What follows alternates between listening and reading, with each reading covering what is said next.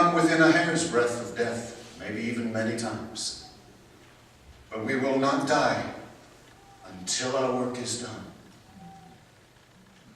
She was a prayer warrior.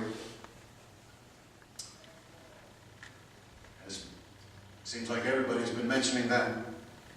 And when that burden of prayer came upon her, she would pray with such fervency and such burden, I would be in awe and in respect. Many were the times when I heard my mother praying, crying and groaning, and I would tiptoe silently, not to disturb her. She wrestled in prayer. A burden became something she would not let go until she won the victory on her knees. The outcomes of those prayers were victory upon victory upon victory. People's lives were changed. I have no idea how much she prayed for me. I just know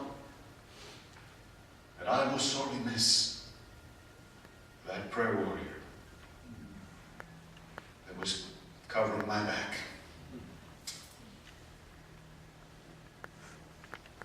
Not only was she a prayer warrior, but she was also, as has been mentioned, an intense soul winner.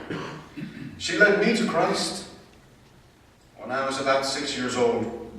I will always remember that night. She tucked me to bed, and I was weeping and enjoying the experience of being born again. 6 years old, she led me to Christ. You see, I met her friend, Jesus, and now he is my good friend too. I remember those years, those teen years of mine in Fiji, when time and time again I saw some troubled soul walk into our living room, and almost without exception, an hour or two or more later, with tears, wet eyes, wet cheeks, that person would walk out of that living room with a smile on their face, absolutely changed. She won the victory again and again and again, 1-1, in the living room of our home. You see, she had a friend, and she just knew if she could introduce him to them, that they would never be the same again. I just really don't know how many she personally led to Christ, but they were many. I was here a couple weeks ago, helping to move my mother into assisted living. And I met someone in the halls of Maranatha. His name was Jim. I don't know, is Jim here today? Anyway, he said to me, "You just never know what your mother means to me." And I would say, "See, Mom, your work isn't done. God has something for you to do." Because his life was a changed life too. As a result, Jesus, her friend, she introduced him to everyone she could.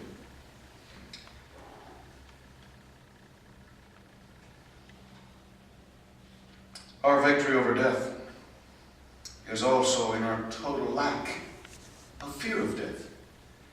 You know, the fear of death grips the world. Oh, that's how terrorism works. It's the power of the gun. People tremble at its threat. But not so for the Christian. To us, death is just a doorway to much better things. 1 Corinthians 15:55 says, "Where, O death, is your victory? Where, O death, is your sting?" And the sting of death, to we as Christians, is certainly gone. My mother certainly had no fear of death. She longed for it. Not that she was suicidal, not at all. No, she longed for death because she always was so eager to go to heaven. I heard her say that to me so many, many times, as has been mentioned in those last hours of her life. The goodbyes. And it was a beautiful, precious precious in the sight of the Lord is the death of his saints. Another victory over death is simply not to die. That's right. You don't die, death doesn't win.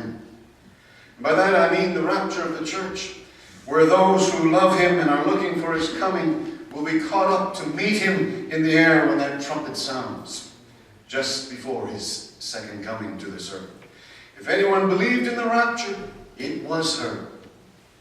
Every phone call, every conversation, as Ryan mentioned, it would always include these kind of words.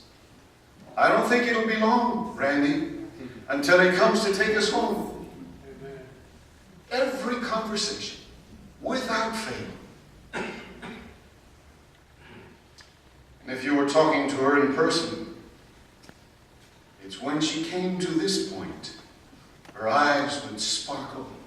There would be something that would light up in her whenever she talked about Jesus coming. Like Ryan said, it's a joyful, wonderful expectation.